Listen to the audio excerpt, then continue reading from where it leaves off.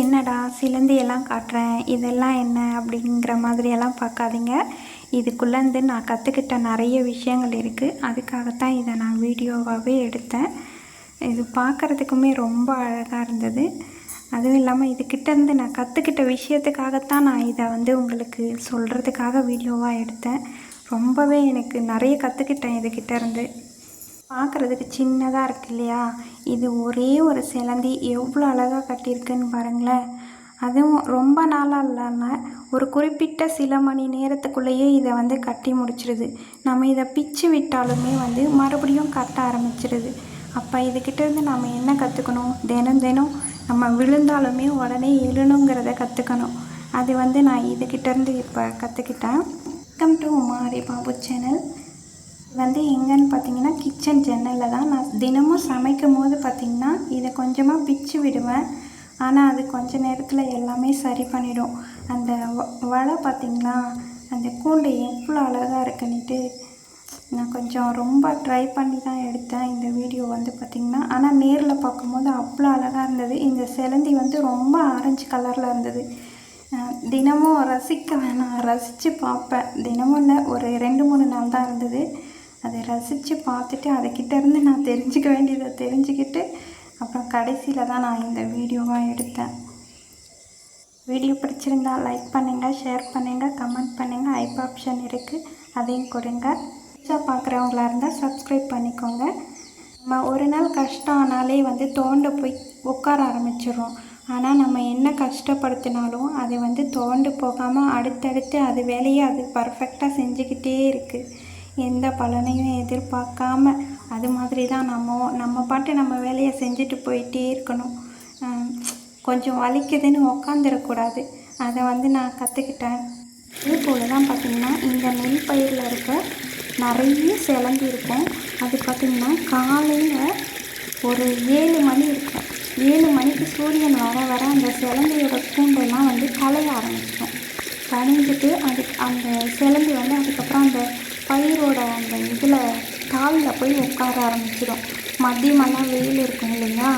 காலையில் ஒரு 8 மணிலேருந்து அந்த தாளுக்குள்ளே போய் உட்காந்துட்டு திரும்ப ஒரு 7 மணி ஈவினிங் பார்த்திங்கன்னா ஒரு 6 மணி அந்த மாதிரி சூரியன் மறைஞ்சதுக்கப்புறம் திரும்ப இப்போ எப்படி அந்த கூண்டு கலைஞ்சிச்சோ அதே மாதிரி திரும்பவும் ஃபுல்லாக அந்த கூண்டை கட்டும். ஒரு 7 மணி 8 மணிக்குள்ளே அந்த கூண்டை கட்டிட்டு ஒரு மணி நேரம் கூட இல்லை, அதுக்குள்ளேயே அந்த கூண்டை ஃபுல்லாக இதே மாதிரி வழக்கம் போல் கட்டிடும். நான் ஒரு நாளெல்லாம் பார்க்கல, தினமுமே ஒரு வாரமாக இதை நான் ஃபாலோ பண்ணிகிட்டே இருக்கேன். காலையில் அந்த கூண்டு கலையும், அந்த சிலந்தி வலை கலையும், மறுபடியும் பார்த்திங்கன்னா திரும்ப ஈவினிங் ஒரு 7 மணி போல் அது கட்ட ஆரம்பிக்கும். ஒரு நாள் கூட அது தூக்கவே இல்லை, அது வேலையை அது செஞ்சுக்கிட்டே இருக்குது. எனக்கு அது பார்க்கும்போது ஒரே ஆச்சரியமாக இருந்தது. பார்த்திங்கன்னா காலையில் 7 மணி போல் அந்த சூரியன் வரவும் அந்த கூண்டு கலையும். அதுக்குள்ளேயே அந்த தும்பி ஏதாச்சும் அதில் உட்காந்துச்சிங்கன்னா அதுக்கான இரையையும் அதை அங்கேயே எடுத்துக்குது. நான் ரொம்ப ரசித்து பார்த்தேன் இதை. அதை உங்ககிட்டையும் பகிர்ந்துக்கணுங்கிறதுக்காக தான் இந்த வீடியோவே. தினமும் இதே போல் தான் பண்ணிகிட்டே இருந்தது. நம்மளும் அதே போல் எவ்வளோ கஷ்டம் வந்தாலும் திரும்ப எழுந்து நடக்க ஆரம்பிக்கணும். இது பார்த்திங்கன்னா ஒரே ஒரு சிலந்தி தான். எந்த அளவுக்கு பெருசாக கூண்டு கட்டியிருக்குன்னு பாருங்களேன். இதுக்குள்ளே போகிறது அந்த அளவுக்கு எதுவும் டச் பண்ண முடியாது. அது அந்த அளவுக்கு பாதுகாப்பாக கூண்டு கட்டி வச்சுருக்கு. இதுவுமே அப்படி தான். இது எவ்வளோ கஷ்டப்பட்டு கட்டியிருக்கு பாருங்கள். இந்த தென்னஞ்செடிக்கும் இந்த மாஞ்செடிக்கும் இடையில கட்டியிருக்கு. எவ்வளோ தூரத்துக்கு கட்டி அதை ஈவினிங் தான் கட்டியிருக்கோம். ஆனால் பார்த்திங்கன்னா இப்போ காலையில் சூரியன் வர ஆரம்பிச்சிருச்சு, கொஞ்சம் கொஞ்சமாக பிய்ய ஆரம்பிக்கும். இதுவும் குட்டியுண்டு சிலந்தி தான். ஆனால் பாருங்கள் எவ்வளோ தூரத்துக்கு கட்டியிருக்கு.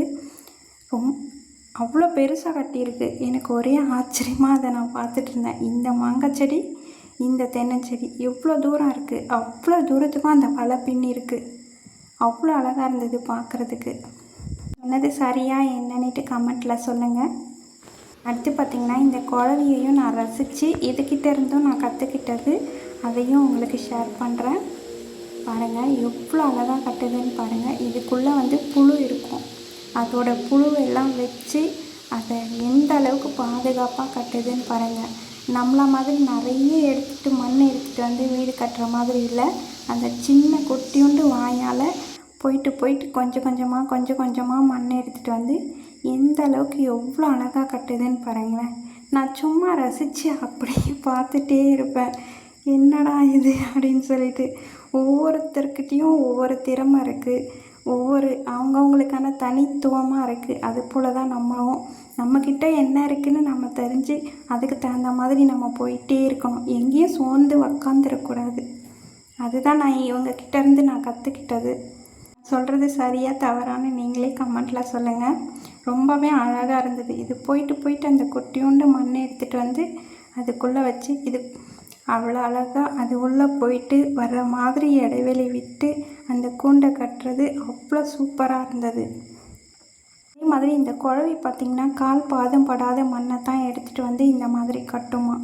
இதை கலைக்கக்கூடாது சொல்கிறாங்க. ஆனால் அதுவும் தொந்தரவு பண்ணாமல் தான் கட்டும். ஆனால் எல்லா இடத்துலையும் கட்டி வச்சுருக்கு. ஃப்ரிட்ஜு, டிவி, இது பாத்ரூம் டைல்ஸு, சேரு, கதவு எங்கேயுமே விடாமல் எல்லா இடத்துலையும் கட்டி வச்சுருக்கேன். ஆனால் நம்மளாக எதுவும் பண்ணாத, அது எதுவும் பண்ணாது நம்மளை. அது வேலையை அது பார்த்துட்டு அதுக்கப்புறம் போயிடும். அதுவே ஏதாச்சும் அதை பண்ண போனால் தான் அது நம்ம பண்ண வரும். எப்போவுமே நம்ம கண்ணு முன்னாடி ஒரு விஷயம் தெரியுதுன்னா அது என்ன நமக்கு சொல்லி கொடுக்குது அப்படிங்கிறத நம்ம பார்த்து தெரிஞ்சுக்கணும். அதுக்கிட்டேருந்து நம்ம தெரிஞ்சுக்கணும். அது சின்ன எறும்பாக இருக்கும், என்ன வேணால் இருக்கும், அது நம்ம கண்ணு முன்னாடி தெரியுதுனாவே அதுக்கிட்டேருந்து நம்ம ஏதோ கற்றுக்கணும். அதுதான் அது நான் எப்போவுமே எனக்கு இருக்கும். இதுக்குள்ளே பார்த்திங்கன்னா நிறைய புழு தான் இருக்கும். அதுக்கப்புறம் அந்த குட்டிஸாக அவ்வளோவும் புழு குழவியாக மாறினதுக்கப்புறம் அதுவே கூட்டிகிட்டு அதை விட்டு போயிடும். எனக்கு தெரிஞ்சதை சொல்லியிருக்கேன். என்னென்னு கமெண்ட்டில் சொல்லுங்கள். வீடியோ ஸ்கிப் பண்ணாமல் பார்த்தவங்களுக்கு ரொம்ப ரொம்ப நன்றிங்க. பாய். அடுத்த ஒரு வீடியோவில் சந்திக்கலாம். ஒரு இடம் விடாமல் எல்லா இடத்துலையும் கட்டி வச்சுருக்கு.